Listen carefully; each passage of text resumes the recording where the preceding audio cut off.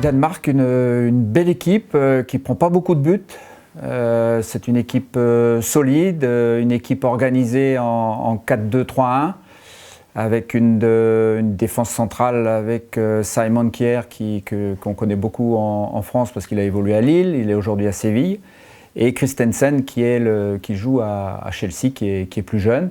Une défense centrale solide, avec deux arrières latéraux, l'arrière gauche étant un petit peu plus offensif que l'arrière droit, Schmeichel dans les buts. Deux milieux de terrain devant la défense qui sont Schön qui joue à l'Ajax et Delaney qui joue au Werder de Brême. Delaney est certainement un tout petit peu plus offensif, qui a une très bonne frappe de balle et un gros volume de jeu. Sur les côtés, on aura sûrement Sisto, qui est un joueur virevoltant sur le côté gauche, droitier, qui joue au Celta Vigo. De l'autre côté, Poulsen, qui habituellement jouait, sera suspendu.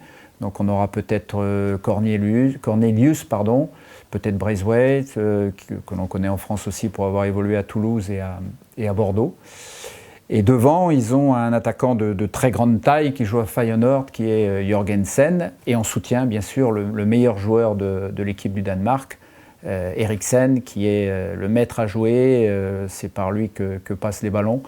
Mais ils peuvent avoir aussi un style direct, c'est-à-dire qu'ils jouent long sur leur attaquant de pointe, et ensuite ils sont sur le deuxième ballon. Ou alors un style indirect, c'est-à-dire fait de passes courtes. Ils sont aussi capables de le faire. Contre des équipes comme ça, il faut être capable d'écarter le jeu. Il faut, à certains moments, peut-être qu'ils ont une défense peut-être un peu basse, donc il y aura peut-être des espaces, je dis bien peut-être.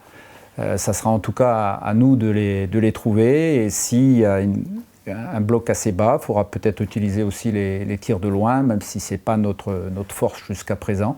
Donc il faudra amener beaucoup de variété pour les mettre en difficulté. J'ai trouvé que c'était des matchs intéressants. Ils ont battu le Pérou également 1-0. Ils ont fait match nul contre l'Australie, parce que l'Australie aussi, c'est pas du tout une mauvaise équipe. Et ils continuent sur ce mondial. Ils espèrent se qualifier comme nous, et nous on a la première place en jeu.